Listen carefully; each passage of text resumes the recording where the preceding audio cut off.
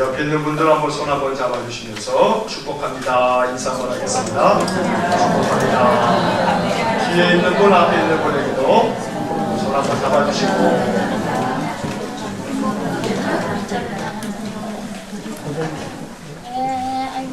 자, 3월달에 우리가 성령에 대한 이야기를 말씀을 계속 나누고 있습니다. 자, 오늘 제목이 뭡니까? 탄식하시는 성령님. 탄식하시는 성령님. 오늘 말씀, 이것이 우리에게 큰 위로가 되고 또 이것이 우리에게 복음이 되기를 간절히 축복합니다. 자, 성경을 일컬어서 뭐라고 얘기하냐면 성경은 무슨 책이라고요? 계시의 책이다. 하나님의 말씀인 이 성경은 계시의 책이다. 이렇게 이야기를 합니다. 제가 예전에 계시라고 하는 것에 대해서 올 초에 말씀을 드린 바가 있습니다. 자, 계시의 책이다 라고 했을 때 이 계시라고 하는 말은 사전에는 이렇게 두 가지의 뜻으로 풀이가 되어 있습니다. 깨우쳐 보여줌. 뭔가 깨우쳐서 우리에게 알려주고 보여주는 게 이게 계시고요. 또 계시라고 하는 말이 어떤 뜻이냐면 사람의 지혜로는 도무지 알 수 없는 그런 진리를 신이 가르쳐 알게 해주는 것, 이게 계시입니다.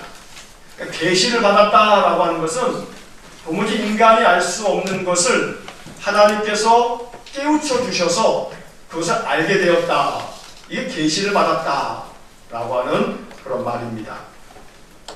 자, 그래서 계시라고 하는 것은 결국 성경은 계시의 책이라고 바로 말씀을 드렸죠. 그러니까 이 성경은 계시의 책이다. 다시 말하면 하나님은 성경을 통해서 우리가 도무지 알 수 없는 것을 깨우쳐 알 수 있도록 해주신다는 겁니다. 그러면 뭘 아는 거냐면, 자, 첫째는 하나님은 어떤 분인지 이걸 알려주는 책이 성경입니다. 성경은 계시의 책이고 계시는 그것을 깨달아서 알게끔 해주는 건데, 그 깨우쳐 알게 해주는 그 내용이 뭐냐면 하나님이 어떤 분인지를 성경은 알려주고 있다. 또 둘째로 하나님의 성품은 어떤지, 하나님의 마음이 어떤 마음인지를 알려주는 책이 바로 성경입니다. 그리고 셋째는 하나님의 뜻이 무엇인지, 하나님의 마음이 무엇인지, 하나님의 계획은 무엇인지 이것을 알려주는 책이 바로 성경입니다. 자, 그래서 우리는 성경을 읽을 때마다 여러분 마음속에 이 세 가지를 마음에 이렇게 가지고 성경을 읽으면 돼요. 안경을 쓰시는 분들은 아마 이해를 할 거예요. 자, 이 안경을 쓰면 모든 것들이 다 선명하게 잘 보여요. 저도 중학교 3학년 때부터 안경을 꼈는데 마이너스 한 6.5 정도가 돼요. 양쪽 눈이. 여기 벗으면 보이긴 보이지만 물체가 그냥 움직이는 것만 보여요. 선명하게 안 보여요. 근데 안경을 딱 끼면 그러면 아주 선명하고 또렷하게 누군지를 인식할 수 있고 알 수가 있어요. 안경만 벗으면 여러분들의 얼굴이 그냥 형체를 이렇게 볼 수 있어서 뭐 오랫동안 같이 지냈으니까 대충 다 압니다만 그러나 선명하게 알 수가 없어요. 성경은 마치 우리에게 안경처럼 이 성경을 통해서 우리는 하나님이 어떤 분인지 알 수가 있단 말이에요. 성경을 읽을 때마다 우리의 마음속에는 이 세 가지 안경을 마음에 가지고 성경을 보시는 거예요. 이 말씀을 딱 읽고 나면 그 말씀을 읽고 그 말씀을 되풀이해서 마음속에 읊조릴 때마다 이런 질문을 가지시는 거예요. 하나님은 어떤 분이지? 오늘 성경 로마서 8장 26절과 27절 두 구절을 읽었습니다. 자, 이 짧은 두 개의 구절을 읽고 난 다음에 여러분들의 마음속에 이렇게 질문하는 거예요. 스스로에게. 오늘 이 두 구절의 말씀은 하나님이 어떤 분이라고 말해주고 있지? 하나님은 어떤 분인가? 이거를 생각하는 거예요. 그래서 하나님이 어떤 분인지를 성경을 통해서 아는 거예요. 하나님은 어떤 계획을 가지고 계시고 하나님의 뜻이 뭔지를 성경을 통해서 생각하는 겁니다. 그러면 바로 그것을 통해서 우리는 조금씩 하나님을 만나게 돼요. 자, 여러분, 제가 연초서부터 계속 강조하고 있는 게 있는데 그건 뭐냐면 하나님 만나야 된다는 거예요. 예수님 만나야 된다는 거예요. 인격적으로 만나야 된다는 거예요. 그런데 그것이 한 번, 두 번 설교를 들어도 자꾸 잊혀진단 말이에요. 또 한 번 말씀드리는 것은 하나님 만나시는 것을 어렵게 여기시지 마세요. 자, 여러분 쉽게 이런 생각을 해보실 수 있어요. 여러분들이 어떤 사람을 만나셨어요? 내가 누구를 만났다라고 하는 것은 뭘 의미하냐면 내가 그 사람을 만났어요. 자, 만나서 그 사람하고 대화를 해요. 혹은 어떤 일을 해요. 그러면서 우리는 뭘 알 수 있냐면 그 사람과 만나서 이야기하면서 그 사람이 어떤 사람인지를 알 수가 있어요. 그 사람과 대화를 하면서 그 사람이 어떤 마음을 가지고 있는지, 어떤 생각을 하고 있는지 알 수 있단 말이에요. 그리고 그 사람을 만남으로 말미암아 그 사람이 어떤 계획을 가지고 있는지, 그 사람의 이야기를 통해서 그 사람이 지금 무슨 이야기를 하려고 하는지를 우리 듣는단 말이에요. 자, 그렇게 이야기를 한참 나누고 난 다음에 헤어졌어요. 자, 그러면 누군가를 만났다라고 하는 그 사건은 여러분들의 마음속에 그 사람이 이러이러한 이야기를 했지, 그 사람이 이러이러한 마음이었어 라고 하는 것들을 여러분들의 마음속에 이제 기억하게 된단 말이에요. 하나님은 영이세요. 사람처럼 이렇게 물체로 만날 수가 없어요. 근데 하나님은 우리가 뭘로 만나냐면 성경 말씀으로 만나는 거예요. 그럼 성경 말씀을 읽을 때마다 우리는 뭘 생각하는 거냐면 하나님은 어떤 분이신가? 하나님은 어떤 계획과 어떤 뜻을 가지고 계신가? 하나님이 이 말씀을 통해서 나에게 무엇을 말씀하시는가? 이것을 생각하고 이것을 마음속에 잘 간직한 후에 하나님이 원하시는 대로 살거나 하나님이 이런 분이지 하면서 하나님을 깊이 마음에 알고 있으면 그것이 우리에게 위로가 되고 소망이 되고 힘이 된단 말이에요. 그렇게 하나님을 만나가는 겁니다. 자, 오늘 성령에 대해 이야기를 하면서 로마서 8장 26절과 27절의 말씀을 우리가 보았습니다. 이제 여기서 여러분들이 이제 하나님을 만나시는 겁니다. 자, 첫째, 오늘 26절을 한번 보시겠습니다. 자, 26절의 그 시작이 이렇게 되어 있습니다. 성령도 우리의 연약함을 도우시나니 라는 구절을 우리가 보게 됩니다.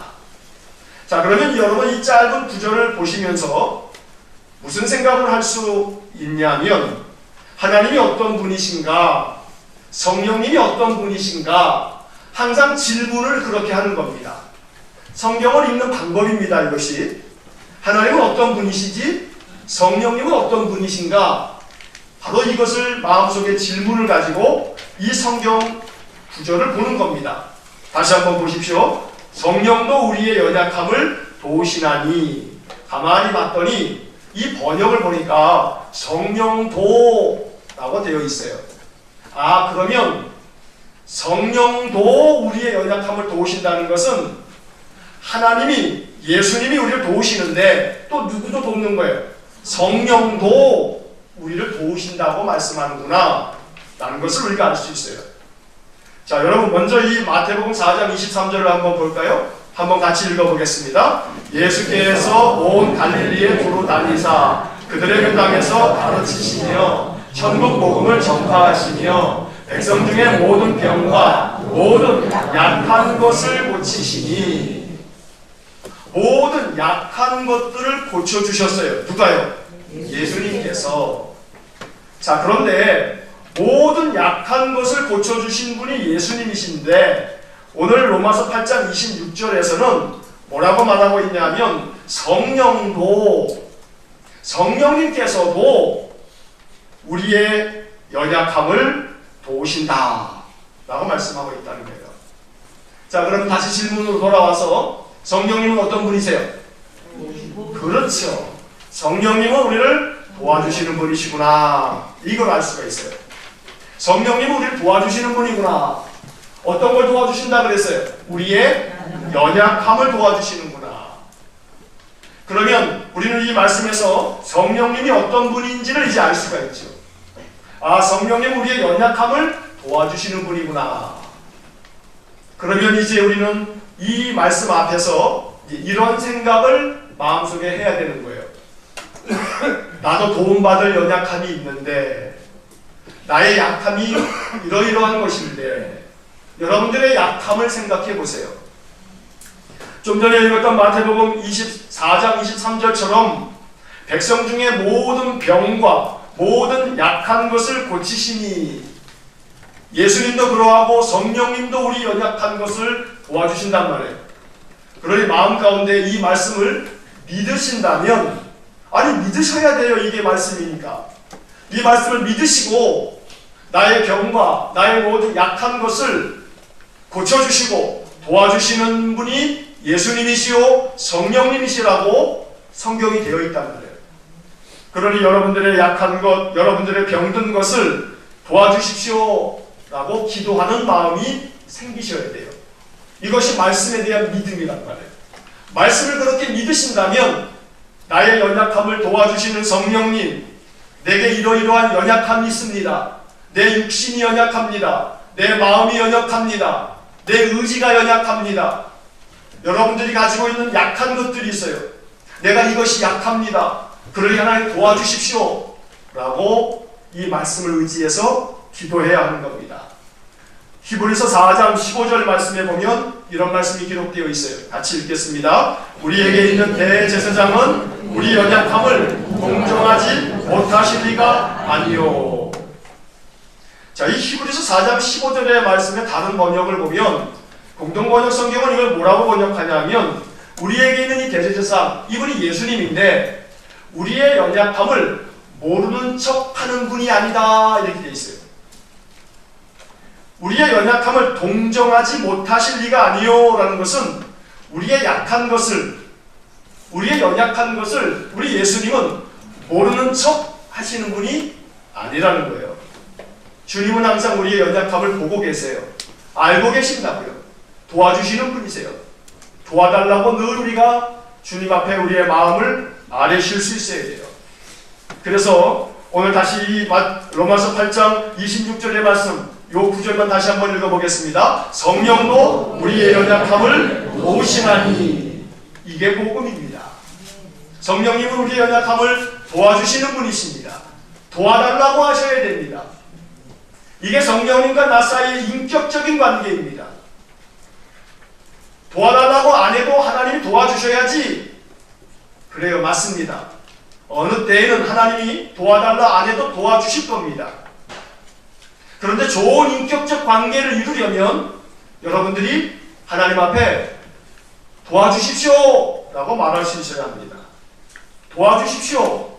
나를 도와주시는 분 아닙니까? 내가 그 하나님을 믿습니다. 성령님은 나의 연약함을 도와주시는 분이라고 했으니 내가 이것을 믿습니다 라고 고백하는 겁니다.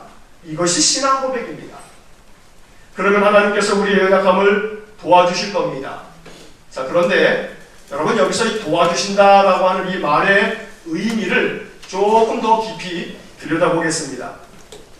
이 도와주시나니, 도와주신다라고 하는 이 말은 이런 속뜻이 담겨져 있습니다.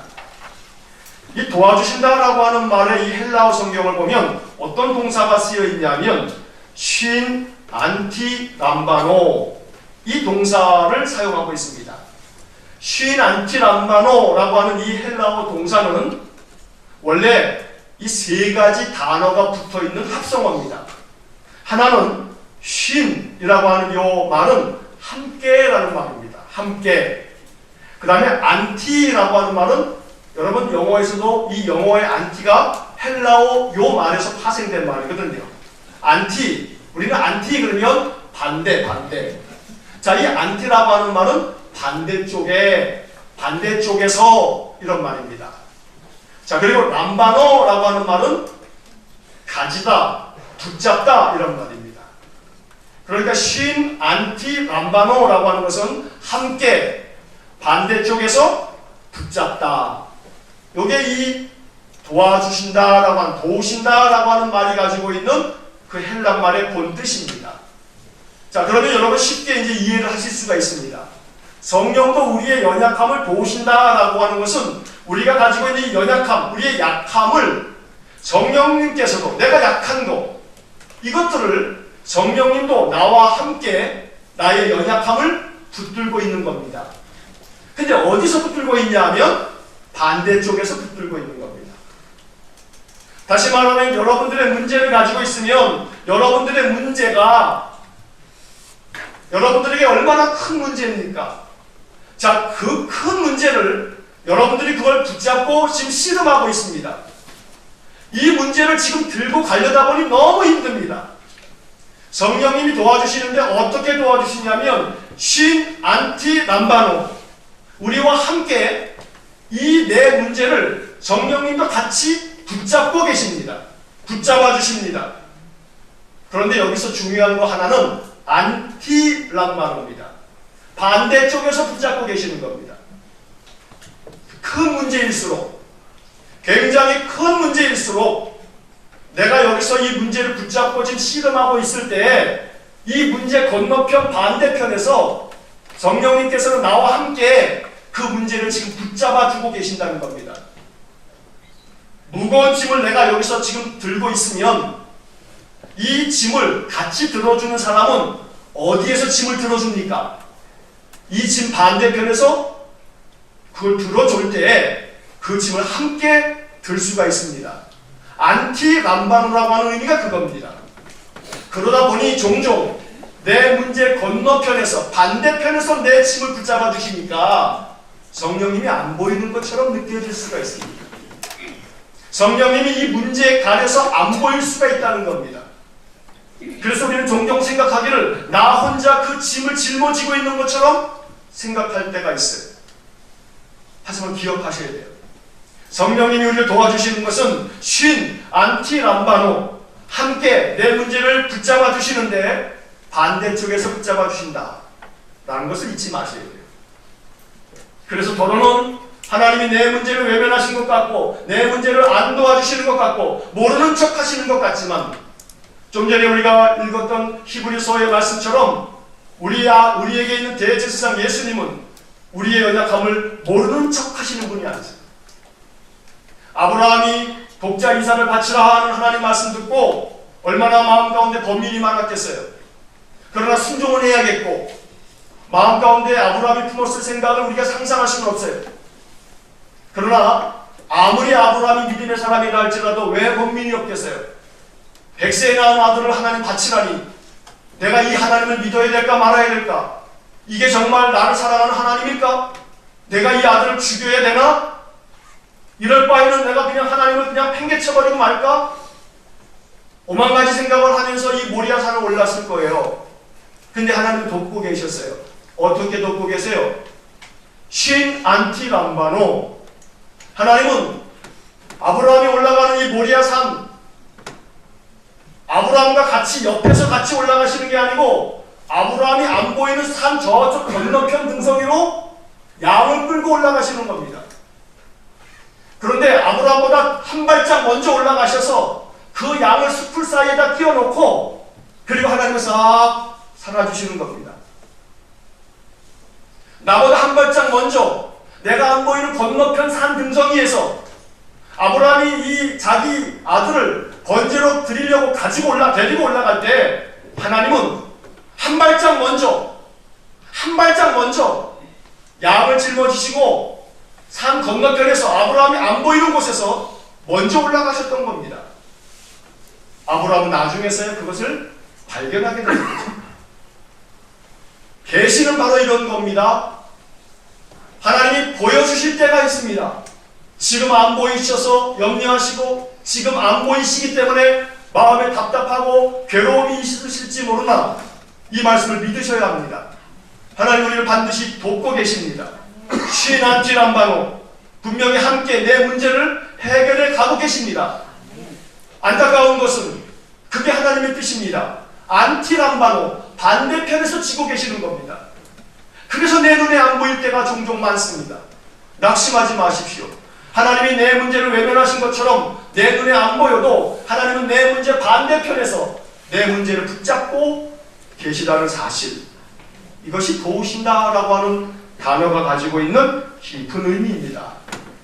오늘 하나님께서 우리의 인생의 삶을 그와 같이 도우신다는 것을 깨달으시고 반대편에서 나를 도우시기 위해 내 문제를 함께 붙잡고 계신 성령님께 늘 여러분들의 그 간구를 늘 기도할 수 있기를 축복합니다. 아멘. 자, 그런데 우리의 연약함이 어떤 연약함이냐면 이 26절 뒷부분에 이제 이런 말씀이 나옵니다. 우리는 마땅히 기도할 바를 알지 못하나. 우리는 마땅히 기도할 바를 알지 못한다. 이 말은 무엇을 기도해야 할지, 어떻게 기도해야 할지를 모른다는 겁니다. 더러는 너무나 괴로우면 뭘 기도해야 될지, 어떻게 기도해야 할지, 아니면 기도할 마음조차 안 생깁니다. 너무나 힘들고 괴로우면 기도할 생각조차 안 납니다. 기도할 마음이 있다면 그 괴로움 견디어내겠지요. 너무나 힘들어서 기도할 생각조차 나지 않을 때가 우리 인생 가운데 있습니다. 바로 그것을 얘기하는 겁니다. 뭘 기도해야 할지, 어떻게 기도해야 될지 도무지 알지 못할 때에 그 다음 말씀이 우리에게 복음입니다. 한번 같이 읽겠습니다. 오직 성령이 말할 수 없는 탄식으로 우리를 위하여 간구하시느니라. 이게 복음입니다. 오늘 아침 이 말씀을 마음속에 새겨놓으시고 이 말씀을 항상 종일 여러분들의 입에서 떠나지 않도록 읊조리시기를 축복합니다. 성령께서 말할 수 없는 탄식으로 우리를 위해서 간구하신다. 여기서 탄식하시는 성령님을 우리가 발견하게 됩니다.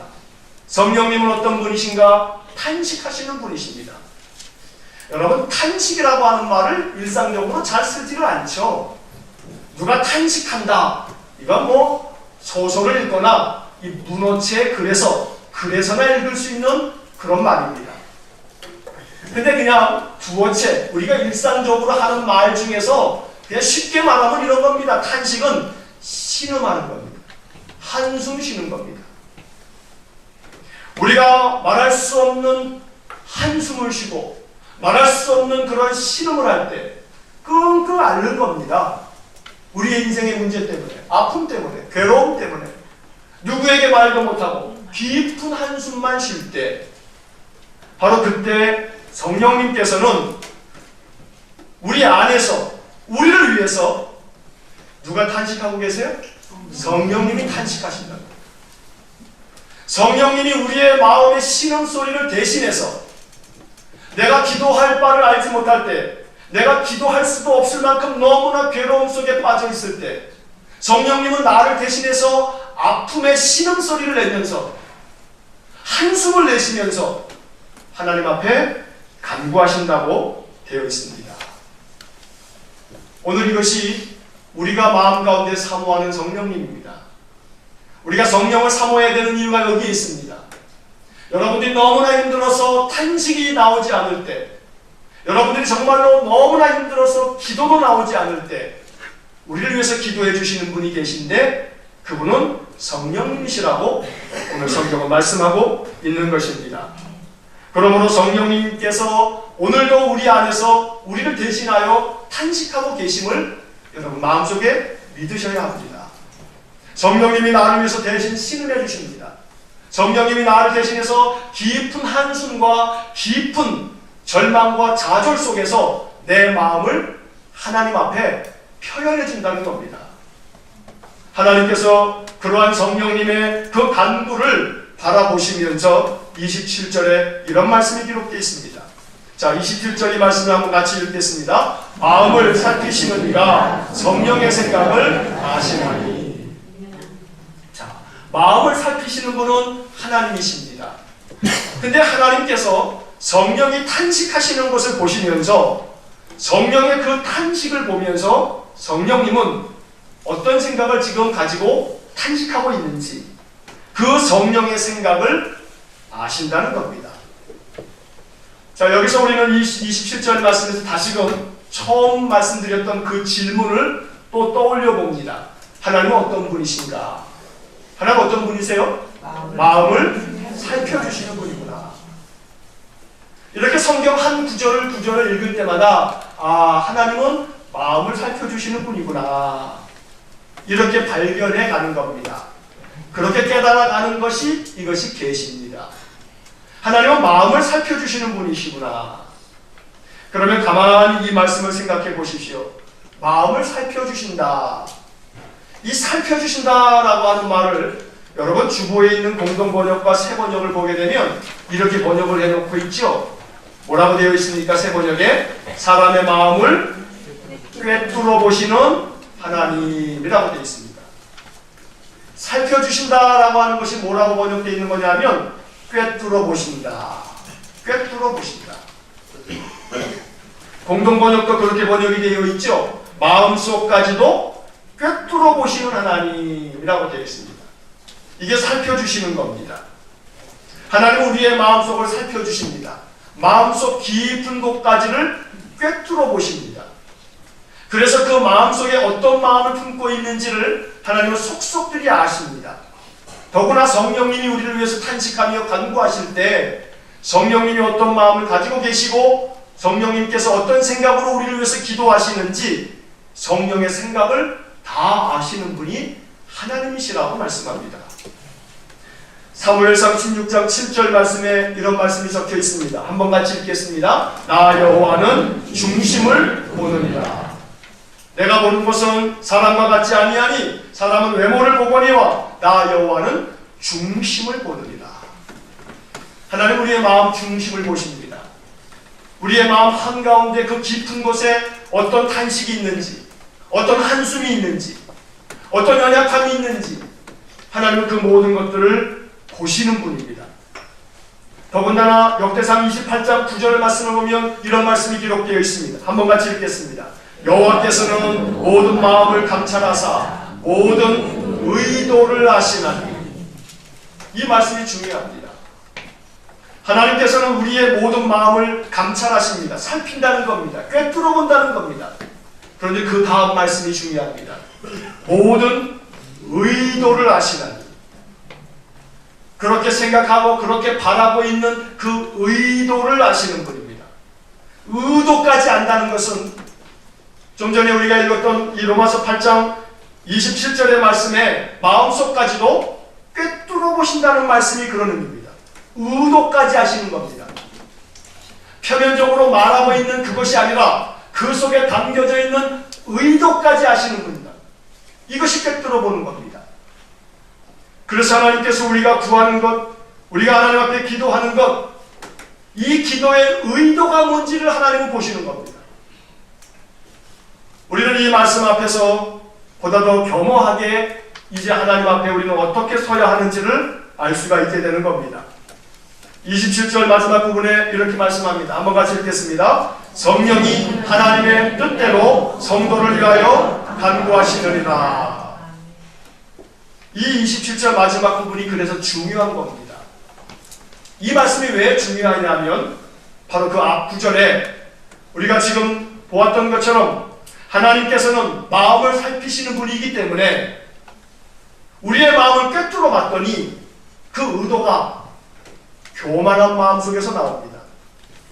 그 의도가 자기의 욕심 가운데서 나옵니다. 그 의도가 비뚤어진 생각 속에서 나온 의도가 그 속에 숨겨져 있습니다. 그러면 하나님께서는 그 기도를 듣지 않으시고 기다리십니다. 하나님께서는 우리의 마음속 깊은 곳을 꿰뚫어 보시기 때문에 그 사람 마음 중심의 간구가 어떠한지를 보시는 겁니다. 그래서 우리는 오늘 이 말씀 앞에 이제 깨달아야 될 한 가지 사실은 성령님께 도와달라 하고 기도해야 하는 겁니다. 성령님은 우리의 연약함을 도우신다고 했습니다. 우리의 연약함 가운데 어떤 연약함이 있냐면 하나님 앞에 무엇을 구해야 할지, 어떻게 구해야 할지를 잘 모른다는 겁니다. 아는 줄 알고 막 구했는데 가만히 봤더니 그 의도가 하나님의 마음에 맞지 않습니다. 그래서 27절의 말씀에서 성령이 하나님의 뜻대로 성도를 위하여 간구하시느니라. 이 말씀은 내가 설사 구한 모든 기도가 하나님의 뜻에 맞지 않으면 이걸 중간에서 바꾸어 주시는 분이 누구시냐면 성령님이시라는 겁니다. 그래서 이 성령님께서 우리를 위해서 간구하신다라고 하는 이 간구한다라고 하는 말을 어떤 성경은 pray, 기도한다라고 하는 단어를 쓰기도 하지만 어떤 성경은 intercede, 중간에 중재한다, 중간에 끼어든다 라고 하는 말을 쓰기도 합니다. 중보기도라고 하는 말을 영어 성경에서는 intercession이라고 하는 단어를 번역합니다. 중간에서 중개를 하는 겁니다. 중재를 하는 겁니다. 이게 중보기도입니다. 성령님께서 하시는 일은 뭐냐 하면 우리의 연약함을 위해서 하나님 앞에 간구하시는 분입니다. 우리의 연약함을 도와주시는 분입니다. 근데 우리 안에 있는 연약함이 무엇이냐 하면 뭘 기도해야 할지, 어떻게 기도해야 할지를 모를 때가 많습니다. 기도가 안 나옵니다. 기도가 안 됩니다. 기도가 안 될 만큼 내 마음이 괴롭습니다. 그때도 성령님은 우리를 도와주십니다. 쉰 안티람바노, 우리와 함께 우리의 문제를 붙잡고 반대편에 서서 내 문제를 붙잡고 나를 도와주신다는 겁니다. 그러면 내 문제가 뭐냐 하면 가지고 있는 여러분들의 그 문제를 가지고 하나님 도와주세요 라고 여러분들이 기도할 때 여러분들의 그 기도의 그 중심, 그 속까지도 하나님은 꿰뚫어 보시는데 그 기도가 여러분들의 이기심 때문에, 여러분들의 탐심 때문에, 오직 여러분들이 그 기도를 통해서 이루고자 하는 바가 전혀 하나님께서 원하고 바라시는 바가 아니라면 우리를 위해서 대신 기도하시는 성령님은 반대편에서 우리를 위해서 탄식하면서 간구하시는 겁니다. 어떻게 해요? 하나님의 뜻에 따라, 하나님의 뜻대로 간구해 주시는 분입니다. 오늘 이 로마서 8장 26절과 27절은 그래서 우리에게 큰 깨달음을 안겨주는 말씀입니다. 여러분들의 신앙의 삶에서 성령님이 필요한 이유가 바로 여기에 있습니다. 왜 우리에게 성령님이 필요하냐면, 왜 우리가 성령님을 구해야 하냐면, 성령을 내가 받기 원합니다. 성령님 내 안에 충만하기를 원합니다. 기도해야 할 이유는 뭐냐 하면 우리가 연약하기 때문입니다. 우리가 너무나 연약하기 때문에 성령님의 도우심이 필요한 겁니다. 성령님 우리를 도와주시는 분입니다. 어디서 도와주냐면 반대편에서 도와주시는 분입니다. 내 문제의 반대편에서 나와 함께 내 문제를 붙잡고 나를 도와주시는 분입니다. 내가 내 문제를 가지고 기도할 때 기도할 수 없을 지경이 되면 대신 기도해 주시고, 내가 하나님 앞에 기도하고 있으면 그 기도가 하나님의 뜻대로 기도하는 것이 되도록 성령님이 대신 탄식하면서 기도해 주신다는 겁니다. 그렇게 함으로 우리의 기도를 온전하게 만드시는 분이 성령님이십니다. 오늘도 성령님은 살아 역사하시는 분이고 오늘도 성령님 우리와 함께 계시는 분입니다. 성령님께서 내 문제 건너편에서 나와 함께 내 문제를 부여잡고 하나님 앞에 탄식하면서 기도하고 있다는 사실을 잊지 마셔야 합니다.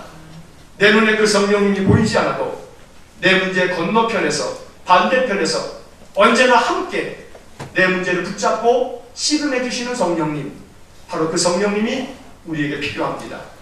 날마다 성령님, 내가 성령님이 필요하니 내게 오셔서 나를 도와주십시오. 나의 연약함을 도와주십시오. 나의 병든 것을 도와주십시오. 나의 간구가 하나님의 뜻대로 구하는 것이 되도록 나의 기도를 도와주십시오.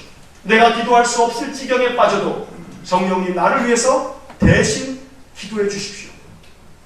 오늘 이러한 믿음이 이 말씀 속에서 우리 마음 가운데 가득 담겨지시기를 주의 이름으로 간절히 축원합니다. 기도하겠습니다.